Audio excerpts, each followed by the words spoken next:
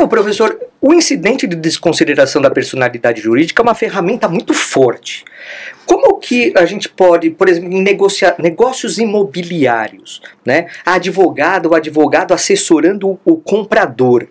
Como que pode haver uma proteção desse comprador frente a um risco eventual, futuro, incerto, de um incidente de desconsideração da personalidade jurídica? Aí o advogado ele tem que ser um verdadeiro expert em regularização imobiliária, em trabalho na área do direito imobiliário, porque senão o comprador corre o grande risco de perder o seu imóvel através de um IDPJ, um incidente de desconsideração da personalidade jurídica. Olha só, e é justamente isso que nós vamos ver neste episódio do Adnocast.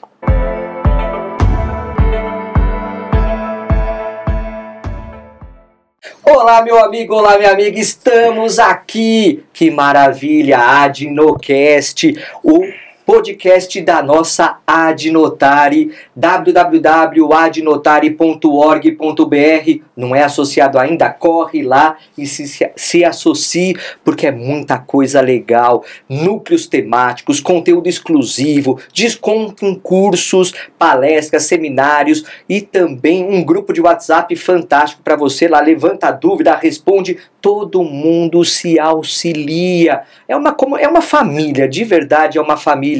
Ainda não nos segue nas nossas redes sociais? Arroba Adnotari no Instagram. Sim, e olha só, se inscreva no nosso canal aí do YouTube que você está nos vendo agora e ative o sininho para receber as nossas notificações. Comente, curta, faça aí a sua observação que é muito importante para nós. E olha só, hoje estou aqui com um convidado mais que especial. Você já conhece, eu tenho certeza, porque é uma sumidade do direito. Sim, é um professor incrível. Olha, eu tenho muito orgulho de compartilhar uma parte aí da docência com ele. É o grande professor Dr. José Ailton Garcia. Tudo bem, professor? Tudo bem, muito obrigado por essa grande oportunidade de estar aqui com vocês, o pessoal da Adnotari. A honra é toda nossa, aliás, você é figurinha carimbada, né, e sempre muito bem-vinda aqui em tudo que a Adnotari faz. Eu fico muito feliz, real mesmo, de tê-lo como um amigo. Obrigado mesmo. E olha só, vamos falar sobre o currículo do professor. Que currículo? Ó, ele simplificou para ser, porque ele é modesto, tal, mas ó, ele é advogado, ele então advoga fortemente, e um tema que a gente vai tratar hoje realmente é uma das especificidades aqui do seu trabalho, né? Sim. Doutor e mestre em Direito Processual Civil, é professor convidado da pós-graduação da PUC de São Paulo, da ESA da OAB de São Paulo também, e no Mackenzie. Olha só, ele também é autor de obras jurídicas, ele tem um livro interessantíssimo sobre desapropriação, que nós já falamos até, o episódio anterior a gente falou sobre desapropriação, um tema fantástico, e hoje o tema é um tema processual com repercussões na área imobiliária incríveis. É muito importante você, advogada, você, advogado que trabalha na área imobiliária, prestar muita atenção nesse episódio, ver, rever, tornar a ver novamente, porque tá incrível. Vamos falar sobre o incidente de desconsideração da personalidade jurídica, o IDPJ para os íntimos, não é isso, professor? Obrigado por estar aqui mais uma vez, tudo bem? Tudo bem, professor Jorge, obrigado também. É uma satisfação poder estar aqui com vocês, poder contribuir, né? Vamos tentar contribuir com algo tão importante que é o IDPJ, e como o professor fez o link na desapropriação, vários processos de desapropriação, quando a parte está para levantar o dinheiro, vem um IDPJ em cima e fala: o dinheiro não é dele, o dinheiro é meu. É justamente isso. Aliás, é interessante porque na evolução legislativa a gente não tinha a positivação ainda desse incidente, né? Aquela teoria do disregard of the entity, né? Se eu não me engano é isso, né?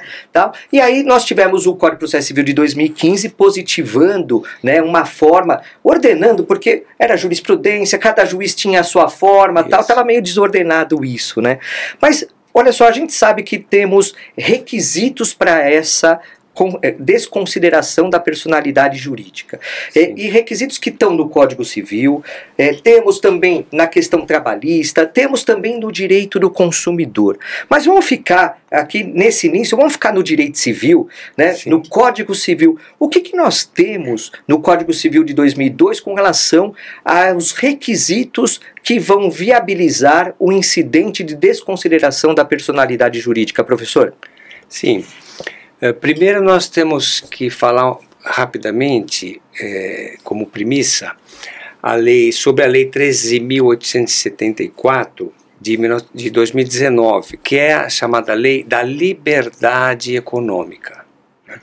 Esta lei ela trouxe vários institutos e ela modificou o Código Civil, ali no artigo 50, e trouxe o 49A, dizendo que há uma verdadeira separação patrimonial. Né? Então, o que é separação patrimonial, que interessa juridicamente falando aqui para nós? Que o patrimônio do empresário ele está separado do patrimônio do seu negócio. Então, vamos pegar um exemplo. O empresário tem lá 10 milhões no seu patrimônio pessoal. Ele destaca 1 milhão para abrir um empreendimento, um negócio, uma empresa. E os outros 9 milhões continua na sua conta particular, para ele usufruir juntamente com a sua família, tudo bem. Então, esta lei da liberdade econômica, ela disse, isto aqui é fato, isso aqui é de verdade. O que é da empresa é da empresa, e o que é do particular é do particular. Isso deve ficar separado. Exceto se, agora vamos aqui às exceções, né? Se houver abuso da personalidade da pessoa jurídica. E o que é este abuso da personalidade da pessoa jurídica? É o desvio da finalidade da pessoa jurídica ou a confusão patrimonial. Então, o IDPJ ele só vai incidir se o advogado da parte adversa, ou o advogado que está pretendendo aqui a desconsideração, é que eu faço muita defesa, viu, professor Jorge? Eu estou sempre defendendo aqui essa... Então, se houver esta prova do abuso da personalidade jurídica ou da confusão patrimonial, você tem o IDPJ. Se não houver, você não tem o IDPJ. Isso é o que está claro, estampado ali no 49 e no 50 do Código Civil. Eu acho que a sua fala foi muito importante. Eu acho que essa lei da liberdade econômica, ela tem por trás dela uma ideia muito importante, que ela fomenta o empresariado. Ela fomenta a atividade econômica sobre esse ponto de, olha, o que é da empresa, blindado. Isso. E o que é da pessoa física, dos sócios, é blindado também. Há uma separação real, né, concreta, como o professor bem explicou. E eu acho que isso é importante porque dá segurança para que as pessoas busquem exercer uma atividade econômica regular, porque assim, o que a gente vê sempre muito é aquela situação de atuar na irregularidade, né, não compor uma pessoa jurídica propriamente e tal, mas eu acho que essa lei da liberdade econômica buscou realmente falar, olha, fiquem tranquilos, que se você não abusar, e aí é esse que é o grande ponto, né? Se você não abusar, não fazer com que usar esse instrumento de uma forma indevida, você acaba sendo beneficiado por isso, né? Exatamente, porque a palavra abusar era muito comum nos tribunais, principalmente em primeira instância. Qualquer coisa o juiz estava dando ali uma desconsideração, estava dando um IDPJ. Então veio a lei justamente para separar isso. Falar para o empresário, invista mais. Em vez de você ir para fora do país, põe o seu dinheiro aqui, traz ele para cá, invista mais, você vai ter segurança jurídica. Ocorre que, professor Jorge, até agora, o que a gente vê aí nos tribunais é que muitos juízes ainda não entenderam o espírito da lei, né? É muito importante, eu falo sempre isso em sala de aula para os alunos, você lê a exposição de motivos da lei. Por que a lei foi feita? Há uma exposição de motivos com doutrinadores, com artigos, com publicações interessantes, importantes sobre aquele assunto, né? Então nós temos que trazer ao juiz, aos desembargadores, e às vezes até aos ministros no STJ, a gente atua forte lá também, que a lei tem que ser cumprida. Se não houver abuso da personalidade, se não houver fraude, se não houver confusão patrimonial, o patrimônio do empresário deve ser mantido, deve ser preservado, sem a invasão dele. Quer dizer, é medida excepcionalíssima, né? E eu acho que o professor tocou num ponto que eu acho que é muito interessante, que é a ideia por trás da lei, né? Porque isso é muito importante para a gente poder interpretar e aplicar a lei quando nós entendemos qual é o sentido dela, né? Então isso é muito importante mesmo, e tem se... aliás, o que eu percebo muitas vezes do advogado, da advogada, é aquela preocupação com o cara, eu brinco que é o cara crachá. Cadê onde que está na lei? Se está na lei, eu aplico de forma indistinta, sem uma interpretação, sem um aprofundamento maior, né? Eu acho que quando você fala nesses requisitos, né, que são medidas excepcionais para sair da PJ, né, da pessoa jurídica, e atingir os sócios que a compõem, né, quer seja por confusão patrimonial, quer seja por abuso, desvio de finalidade, tal, você acaba tendo que ter isso como exceção total, né? Exatamente.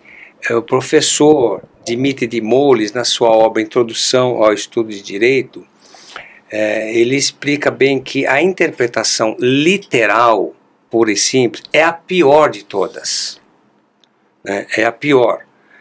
Então você tem que pegar ali o que está escrito. Então, o que é confusão patrimonial? O legislador, aqui da Lei 13.874 de 2019, ele se aventurou, ou ele ousou definir alguns conceitos. E sempre que o legislador quer definir conceito, assim, pode ser preocupante, né? Porque assim, dependendo da... e aí eu vou até fazer só um paralelo com relação à conceituação.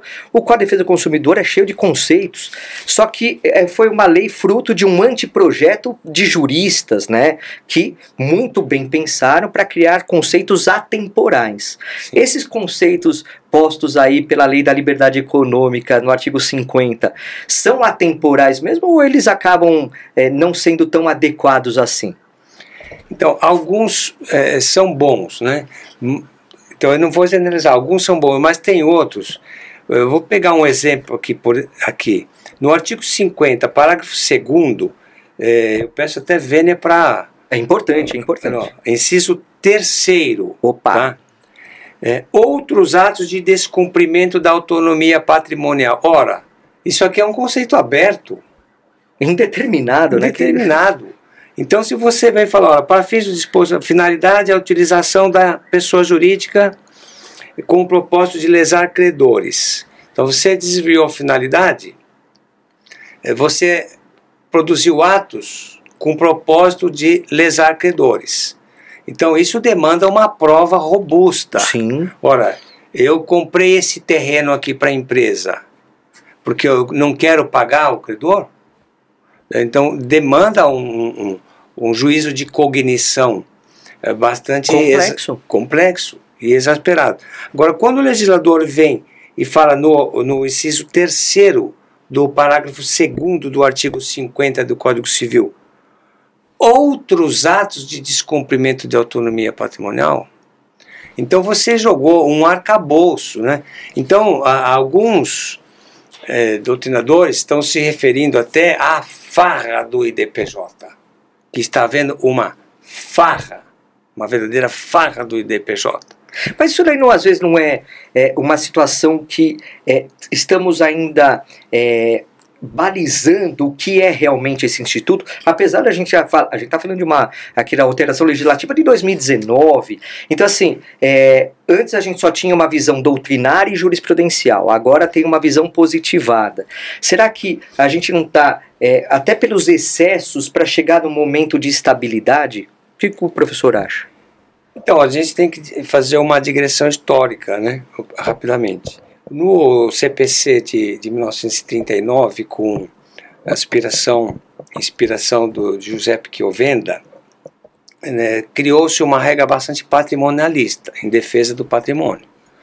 No CPC de 73, com o professor Alfredo Buzaide, isso veio mais rígido ainda, defesa do patrimônio. Até pelo momento histórico, né, social vivido na época. Sim. Agora, no CPC de 2015, que já é uma inspiração de múltiplos juristas, eu tive a oportunidade de colaborar também com umas coisas, e depois nós temos aí Fred Didier, os professores Alvim, né, vários professores de processo civil mesmo, que colaboraram, o projeto do Paulo Teixeira, que é um deputado, também um advogado e professor de processo civil.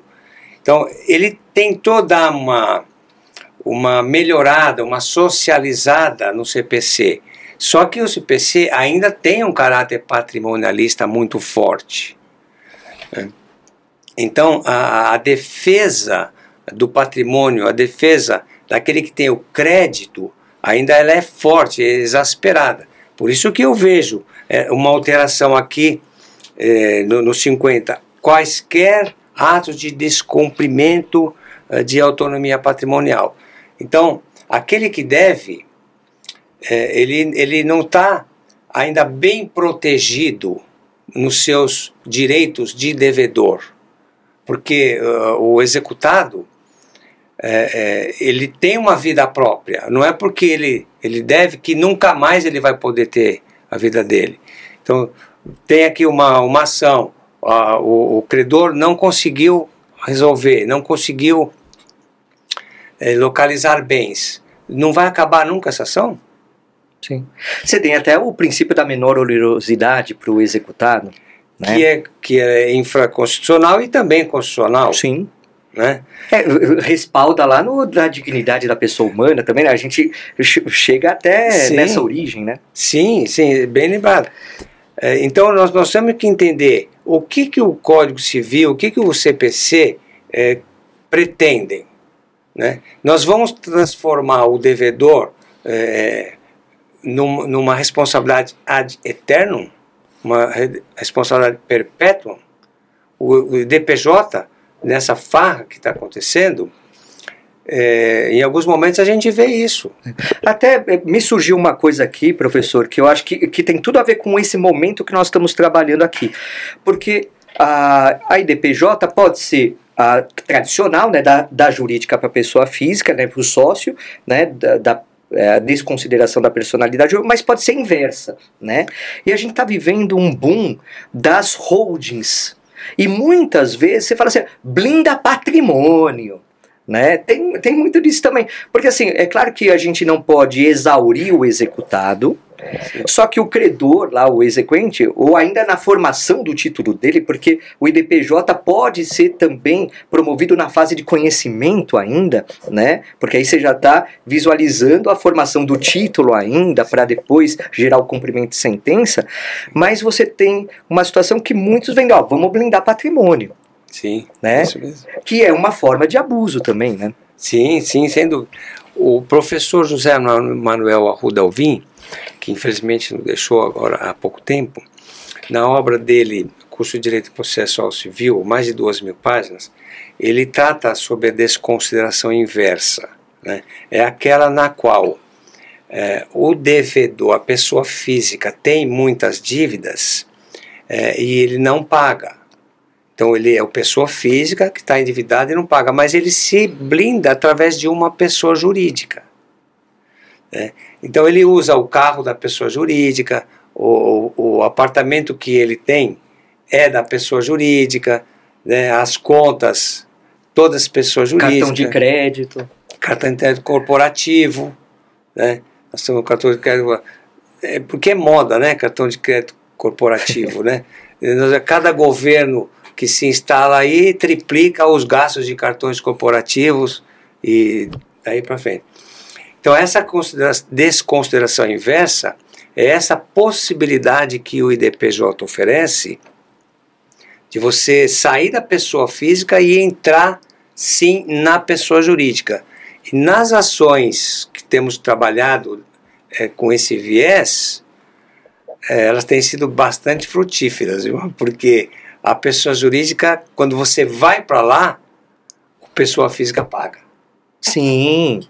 Não, e assim, eu acho que o professor tocou num ponto que eu acho que é importante, até com base no outro episódio que nós gravamos, que é o grau de especialização da advocacia, né? Sim.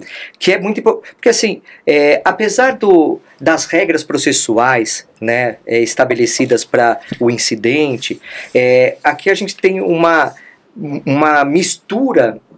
A mistura não é a palavra certa, mas uma interlocução muito grande do Código Civil com a forma procedimental, né?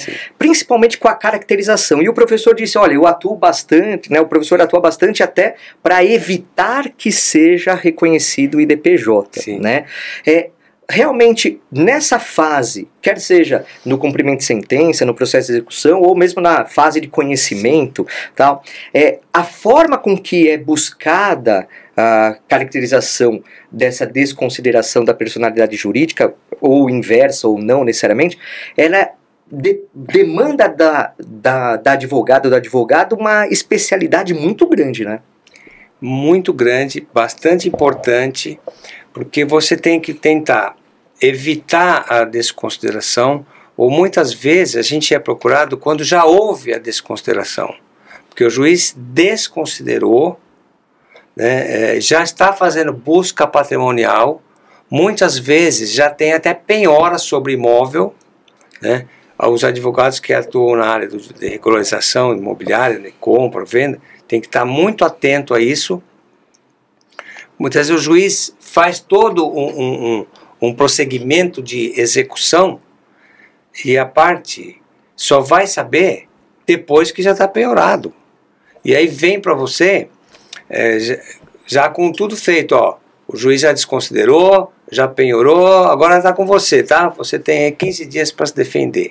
Até porque o próprio incidente previu uma coisa que antes da normatização, né, antes de deixar claras essas regras, a gente não tinha muito bem definido, que é o exercício do contraditório, né? Bem lembrado, professor Jorge. O contraditório, alguns doutrinadores falam que ele está mitigado no IDPJ. Entendo que não. Opa! Entendo que não, ele não está mitigado. Você, quando entra no processo, você tem que ter toda a tecnicidade, toda a experiência. Quando você entra num processo de DPJ que o seu cliente já sofreu uma penhora, já sofreu uma restrição de bens, você tem que ter um arcabouço de informações técnicas para que você possa defender o seu cliente. Tá? Muitas vezes, esta primeira fase no qual o advogado entra, que se ele não está bem preparado, aí ele vai sofrer o fenômeno da preclusão.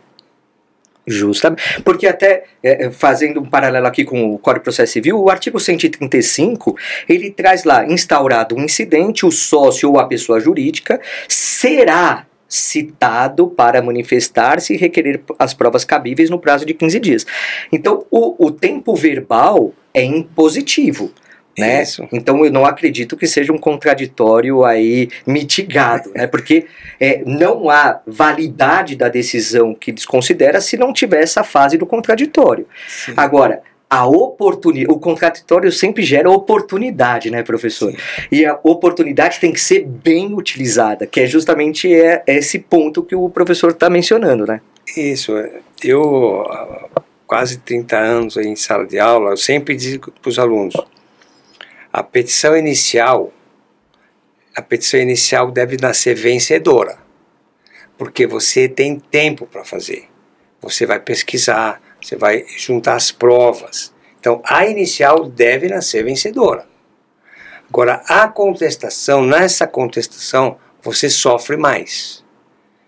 Se você não tem ali já na sua mente, o advogado já não está capacitado para defender, o tempo se esvai. Sim. Ainda que seja em dias úteis agora, né, que facilitou bastante, mas mesmo assim, assim, eu acho que toda vez que um advogado, uma advogada está em defesa, né, na parte da defesa, quer seja na contestação, quer seja na defesa num incidente, tem o viés negativo, que é o tempo, o prazo, né, que realmente é exíguo, né, 15 dias passam voando, né, mas você tem um lado positivo, que é saber exatamente os limites daquilo que você está refutando. Sim. Porque um pedido de incidente de desconsideração da personalidade jurídica mal formulado também é um prato cheio para a defesa, né? Então, assim como uma inicial que não foi bem articulada, que não foi,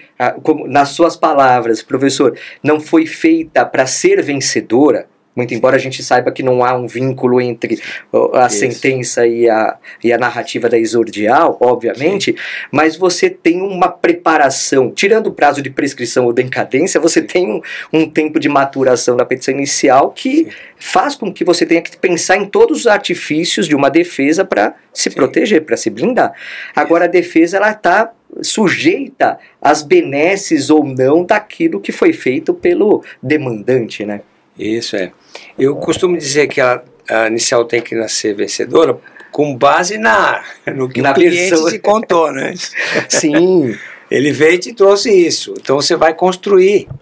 Né? A base documental, tudo, é lógico, com certeza. Quando você vê a contestação, é melhor ver sentado, né? Porque vai vir a parte adversa ali falando. Não. Então, o contraditório... Por isso que a réplica é importante, né? Não pode desmerecer a réplica. Não pode desmerecer a réplica. Eu sempre falo isso. A réplica é imprescindível. É imprescindível, até porque muitas ações são vencidas ou perdidas porque não houve uma réplica adequada, né? Reproduziu só a petição inicial. Não é réplica. E agora, é interessante a gente falar rapidamente sobre os honorários. Opa, isso é importante. Né? Sucumbenciais. Então você entrou com o IDPJ e você venceu, você já tem os honorários lá na execução, porque você está tendo uma execução ali, ou você tem um juízo de cognição e fez o IDPJ ali, junto. Tudo bem, você já vai ter. Agora, se você entrou com o IDPJ, se você entrou para defender no IDPJ e você venceu, você tem honorários sucumbenciais contra aquele que está executando. Então veja a responsabilidade. Sim. O cidadão está executando, abre o IDPJ, o outro contrata advogado, se defende e fala isso aqui não é comigo, né, isso aqui está errado, isso aqui, e ele vence, você além de não receber, vai ter que pagar. Sim. É a causalidade, né? Princípio da causalidade. Isso havia uma discussão forte no STJ, ainda há, tá? Ainda há. Alguns ministros, por exemplo, da lava da ministra Nancy Andrighi, ela era bem positivada aí, uma interpretação bem positivada, ela dizia não há honorários em IDPJ porque a lei não diz. Não diz diretamente lá na parte do incidente, né? Mas depois outros votos do ministro Cuevas vêm se sobrepondo a essa interpretação. Se há causalidade, se a outra parte deu causa, à sucumbência. Até porque, professor, ela não é uma parte originária daquela demanda.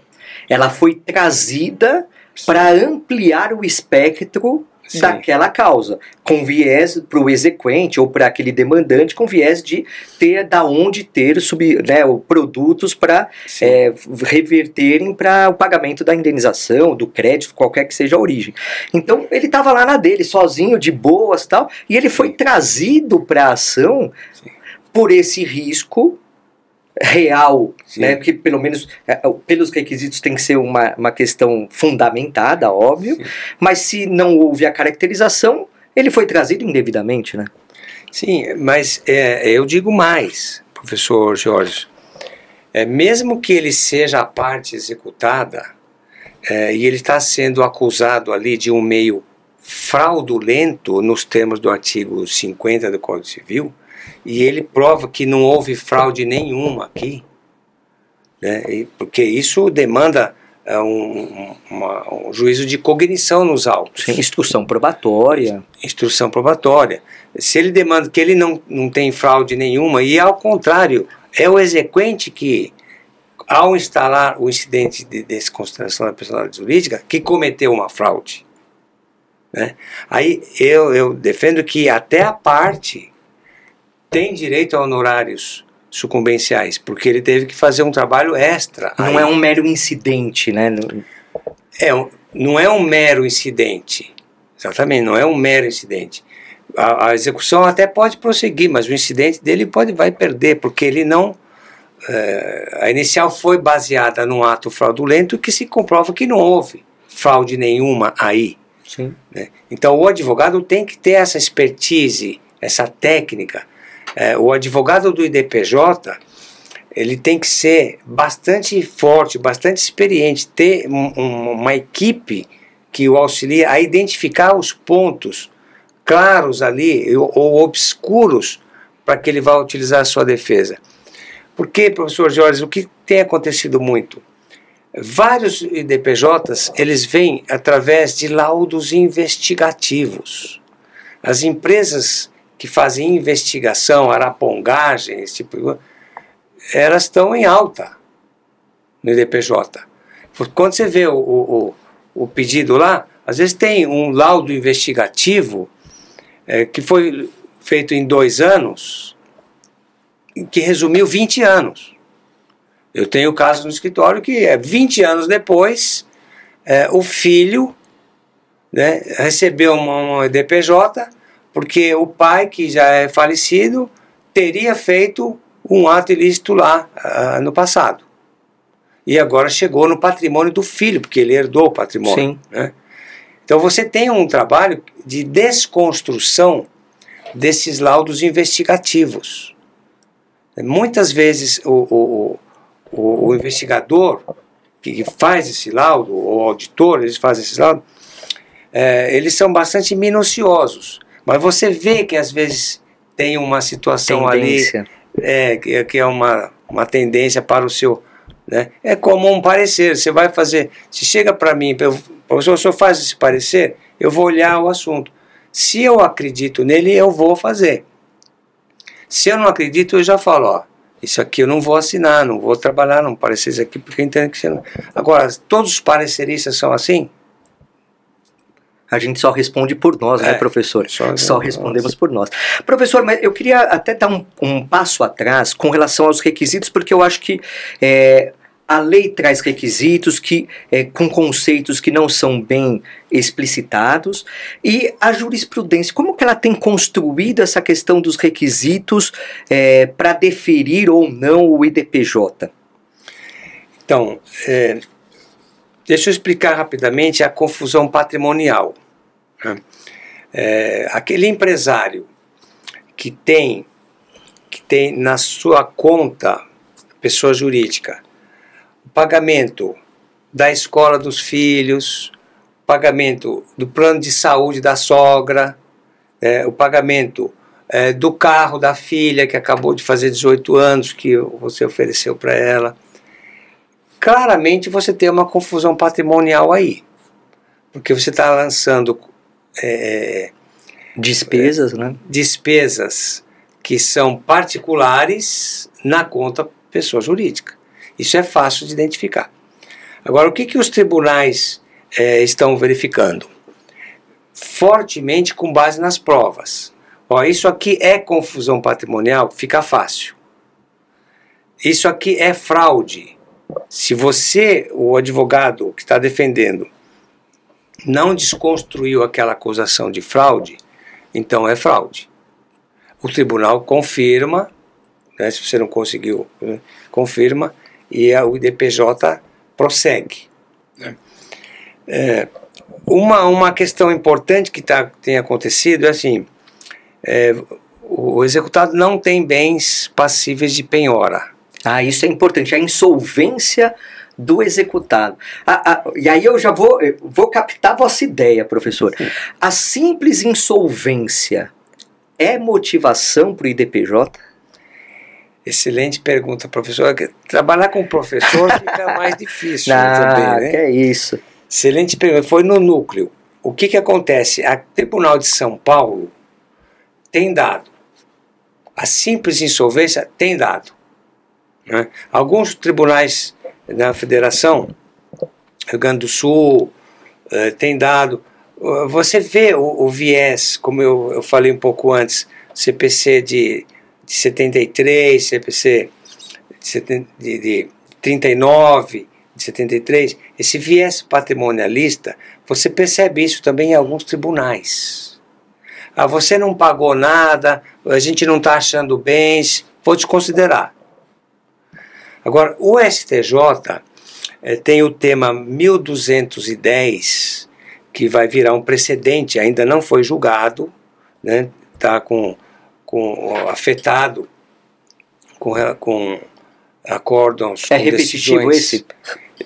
Recurso repetitivo? Com repetitivo, que é do Raul Araújo, do ministro Raul Araújo e tal.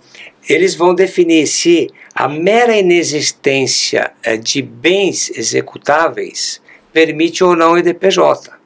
Né? Eu já adianto a minha posição aqui. Vamos lá, é isso que é importante. Não. Se você... porque aquilo... Né, são aquelas aulas de execução que a gente sempre fez em sala de aula, né? Dividimos esses conhecimentos com os alunos. Ora, a execução não pode ser ad perpetuum. Né? A execução, ela recai sobre esse patrimônio aqui. Tudo bem, presente e futuro, mas qual é o futuro? Se é um crédito hereditário, ele só não recebeu, mas ele já tem o crédito. Agora, você vai ficar ali o tempo todo, 5 anos, 10 anos, 15 anos, 20 anos, esperando que a pessoa tenha bens? Ora, se for assim, você só tem um patrimonialista aqui. Sim. Um código patrimonialista, legislação patrimonialista. A pessoa não vai poder ter mais nada. Né? Então, fica complicado. O STJ vai definir isso. E o interessante, e aí eu vou puxar para o meu lado consumerista, professor, porque até agora a gente falou só do Código Civil, né, aprofundamos bastante, professor, que assim, acho que é onde mais tem os incidentes de desconsideração, creio eu. Né? Mas o direito do consumidor, o Código de Defesa do Consumidor, ele é multidisciplinar e regulou lá no artigo 28 a questão também da desconsideração, fazendo um paralelo, até antes do artigo 50 do Código Civil, já o Código de Defesa do Consumidor, já na vanguarda, já tinha essa situação. E é peculiar porque quando se fala em direito do consumidor, qualquer que seja o óbice para o recebimento do consumidor, e aí realmente, e até eu vou pedir licença para fazer um ipsis literis aqui, né? Porque olha só, o parágrafo 5º do artigo 28, que é muito contestado, né? Porque o parágrafo fala mais que o caput, né? Então até a topologia, né, do artigo a gente fica, mas espera aí, é mais amplo, né, do que o caput. O parágrafo 5º do artigo 28 do CDC fala: também poderá ser desconsiderada a pessoa jurídica sempre que sua personalidade for, de alguma forma, obstáculo ao ressarcimento de prejuízos causados aos consumidores. Esse, de alguma forma, a insolvência, por exemplo, estaria aí. Sim, porque de alguma forma é. E até o Caput, vou até mais além para poder lhe questionar, fala que no caso de falência também, né? Nós temos também a questão da falência, ela abre porta, o estado de insolvência aí, declaradamente aqui, ou inatividade, encerramento, tal, gera desconsideração, né? Então, aquela questão da teoria maior, teoria menor, né, que a gente estava até conversando em off, que é a teoria menor que é aplicada aqui no Código de Defesa do Consumidor, né? Sim, professor Jorge. Este questionamento que o professor faz agora me fez lembrar aquele filme O Mercador de Veneza, do Al Pacino. Ó, dica de filme aí, hein? Já. Dica de filme. Vale muito a pena ver esse filme. Porque ali se retrata o fato histórico, né? Um tratado, uma peça feita por Shakespeare, que havia um devedor, né? E esse devedor passou a ser executado. Então ele tinha que pagar determinado valor que ele recebeu em tal data. Se ele não pagasse, iniciaria-se a execução. Bom, ele não conseguiu pagar, iniciou-se a execução. Mais à frente, ele conseguiu o dinheiro, quis pagar, falou, não, mas o credor não queria. O credor falou, não, eu quero a execução. E o que era a execução? Era um pedaço de carne dele. Veja, é um pedaço de carne. E isso foi para os tribunais, né? Um trabalho excelente de Shakespeare, que ele retratou o que acontecia à época. Sim. Foi para os tribunais e tá bom. Ele não queria receber o dinheiro a mais, não queria nada, ele queria a execução. Até que veio uma decisão, vamos dizer aí, salomônica. Tá bom, pode tirar. Só que se você tirar 1 grama a mais, você é culpado. E se você tirar 1 grama a menos, você também... Veja, eu estou trazendo isso pelo rigor da execução. Né? Sim.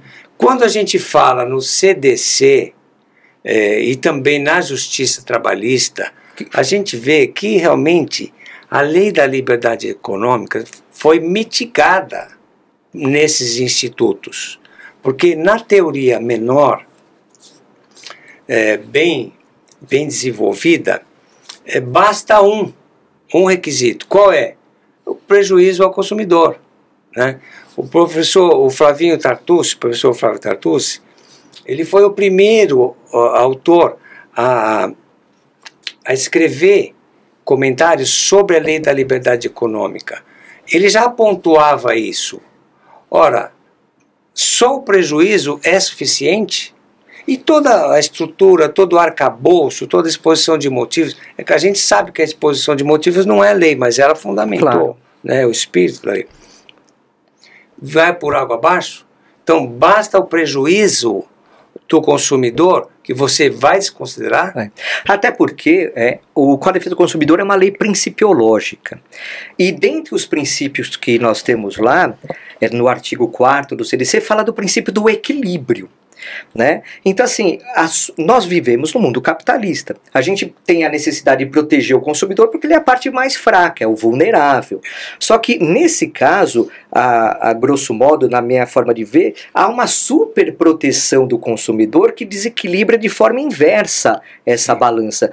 E aí você, pelo princípio do equilíbrio, você também tem que buscar uma interpretação em conformidade com o princípio para evitar que situações desmedidas sejam evidenciadas. Mas aproveitando, professor, até por conta do nosso tempo aqui, para chegar ao final, eu não posso fugir desse questionamento que é o IDPJ e os negócios imobiliários. Você está aí, você é advogado, está esperando. E olha só, por que eu faço isso? Essa pergunta. Nós tivemos aqui um episódio, se você não viu, tem que ver, que é o episódio em que o professor Dr. Narciso Orlandi Neto, ele veio aqui, junto com o Dr. Bruno do Bom Group, e ele deu uma verdadeira aula também, uma pessoa maravilhosa, do Dr. Narciso, e ele falou justamente sobre a lei 13.097 de 2015, que foi alterada pela Lei 14.382 de 2022,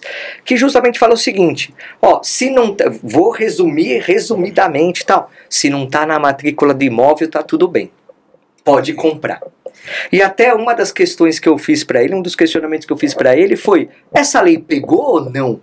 Né? Porque não está na matrícula do imóvel e, claro, se pede certidões, busca todo aquele acautelamento, né? Ele até tem uma frase importante que é a ampliação da eficácia das averbações acautelatórias. Se não está averbada penhora, indisponibilidade, uma ação que se iniciou, tudo, o comprador ele está protegido pela boa-fé. Só que quando você fala no IDPJ, até o passado é incerto. Vamos brincar desse jeito, né, professor? Então, eu queria saber o seu posicionamento com relação ao reflexo, à repercussão de uma IDPJ, porque o objetivo da IDPJ é atingir patrimônio. Sim. Né? Porque não, você não vai buscar um IDPJ. Então você vai atingir patrimônio. Só que esse patrimônio, muitas vezes, já foi alienado para terceiros. Então, para o advogado imobiliarista que está analisando a documentação de um compromisso de compra e venda, qual é a sua percepção frente aos cuidados que se deve ter frente a um IDPJ? Olha, vale aqui a gente lembrar novamente a lição do professor Dimitri de Moles, na sua obra Introdução ao Estudo do Direito. A interpretação literal é a pior de todas, né? Esqueceram de colocar aí, né, na lei, salvo se houver uma declaração de ineficácia de alienação. Né? Eu tenho vários casos assim no escritório. Uma última que chegou lá, houve uma declaração de ineficácia de alienações anteriores, e ela sobreveio 10 anos depois que o meu cliente comprou aquela área. 10 anos? 10 anos. Por quê? Houve um IDPJ lá atrás, porque aquele pessoa física, integrante da sociedade, vendeu seu patrimônio particular e ele ficou devendo na pessoa jurídica. Verba federal, INSS. Ficou devendo. Mais para frente, o INSS percebeu, puxou a declaração de imposto de renda dele, viu que ele tinha se desfeito do patrimônio, entrou com o IDPJ. Este comprador aqui tinha vendido para outro e o outro vendeu para o meu cliente. Ora, declaração de ineficácia veio aqui sob a égide do meu cliente. Né? E aí era um negócio assim, de 500 mil reais, coisa assim. Claro que o patrimônio era maior. 500 mil. Qual foi a opção dele? Pagou os 500 mil reais para não levar, para não ver o seu imóvel levado a leilão. Se subrogou no crédito. Exatamente, subrogou no crédito para se voltar depois contra os outros. Mas isso porque ele tinha condição, né? O que muitas vezes se tem nos negócios imobiliários é a pessoa que está comprando o único imóvel da vida, né? É onde ele está lá com a base da sua família. Ainda que não, né? Ainda que não seja essa a situação, mas é o patrimônio que ele adquiriu, né? Por isso que ele tem que ter a clareza de mente de trabalhar com um especialista. Esse negócio de chegar lá, receber almoço, né, dos corretores, aquela imobiliária, essas grandes imobiliárias que fazem aqueles eventos maravilhosos, da champanhe, amor, assina aqui, eu desaconselho. Faz tudo isso, mas só assina depois que o seu advogado especializado em regularização imobiliária analisar o contrato, analisar todos os riscos, verificar se essa incorporadora ou se esse vendedor tem certidões nominais, né, que lhes sejam desfavoráveis. Isso é um trabalho, gente, técnico, puramente técnico. Então, professor, até por conta até da súmula 375 do STJ, né, que eu vou até ler aqui para a nossa audiência, o reconhecimento da fraude de execução depende do registro da penhora do bem alienado ou a prova de má-fé do terceiro adquirente. No caso de DPJ, Não é nenhuma das duas situações. Não é, não é. O IDPJ é muito forte, tá? E ele vem arrasando negócios. Se o advogado não é diligente o suficiente para fazer uma busca na vida pessoal, né, do cidadão, lembro também do professor Marcos Kikunaga. Grande, né? Kikunaga. Quando eu tenho uma pesquisa assim, dessa importante, eu passo para ele, porque ele vai lá com todo o rigor dele e fala, e no final ele vem dar um parecer e fala, não compra. Mas eu acho que o problema maior, professor, é cultural. Né? O brasileiro, né, em geral, tá, o estrangeiro também, aquele que vai adquirir um imóvel, não tem cultura de discernimento para ver a importância da atuação da advogada, do advogado imobiliarista no negócio imobiliário.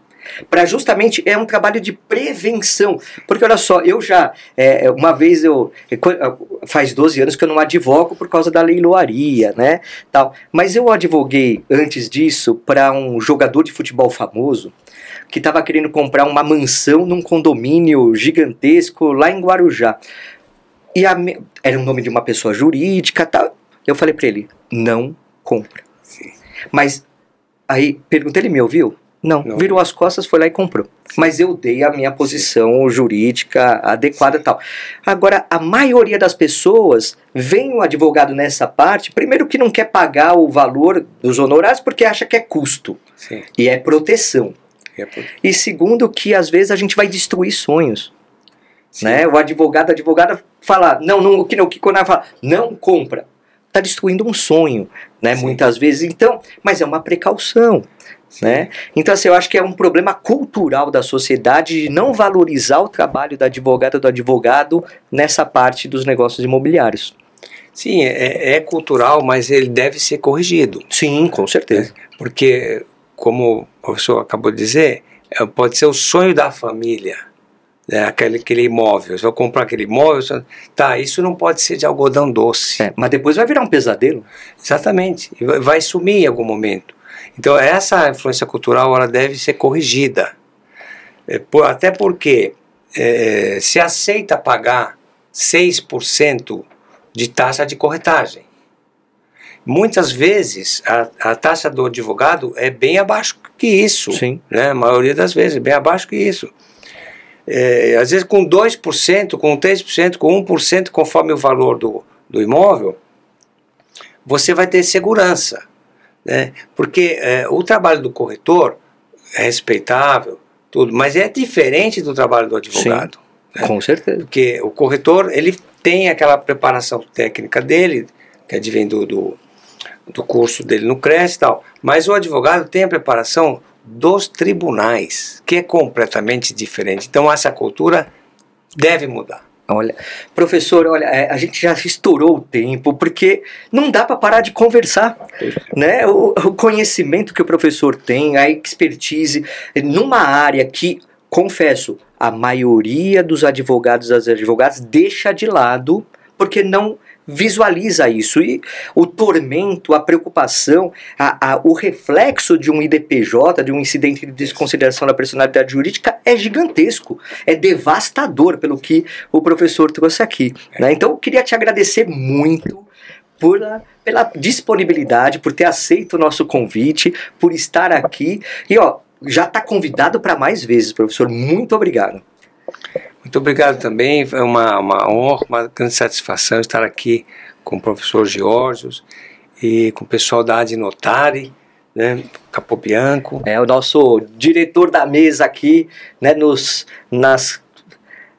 nas picapes aqui do nosso podcast, aqui do nosso Adnocast. Obrigado, Capobianco, sempre. Isso. Né? E eu também recomendo aí, quem ainda não é, que seja um associado da Adnotari. Tem um grupo, Jorge, eu nunca vi um grupo assim, que qualquer membro, né, lá tem vários, centenas de membros, qualquer um que coloca uma pergunta, imediatamente vem 4, 5, 6 para responder aquela pergunta. Né? Então tirou o trabalho dos pareceristas, até aí tudo bem. Mas a gente vê quão bonito é um colega ajudando o outro colega naquele ponto específico e imediatamente, né? Isso acontece quase sempre. Sim. É por isso que eu digo que é uma família. Porque assim, lá a gente... E não é achismo, as respostas não são achismo, são fundamentadas, com caminhos interessantes para serem buscados, né, com pessoas gabaritadíssimas, né? Eu acho que é muito importante. Por isso que assim, seja associado, www.adnotari.org.br, anuidade, é baratinho, vale a pena, acesso a conteúdo, núcleos temáticos, reuniões, palestras, desconto em curso. Ó, vamos ter 2025 é um ano de muitos cursos, muitas coisas positivas que vamos concretizar com a Adnotar, e eu quero você, advogada, você advogado e profissionais do direito imobiliário em geral conosco. Sim, é muito importante. Professor, mais uma vez, muito obrigado pela sua participação aqui. Obrigado também. Maravilha. E olha só, então, além de seguir, ser associado da Adnotari, www.adnotari.org.br, aqui no canal do YouTube, se inscreva, deixe o seu like, comente, também ative o sininho para receber todos os episódios. E ó, perdeu algum episódio, volta lá e vê, reveja esse episódio quantas vezes você quiser, compartilhe, fale para todo mundo e também nos siga nas nossas redes sociais, lá no Instagram, @Adnotari. É isso aí, meu amigo, é isso aí, minha amiga. Bora lá, bora que dá. Abraço!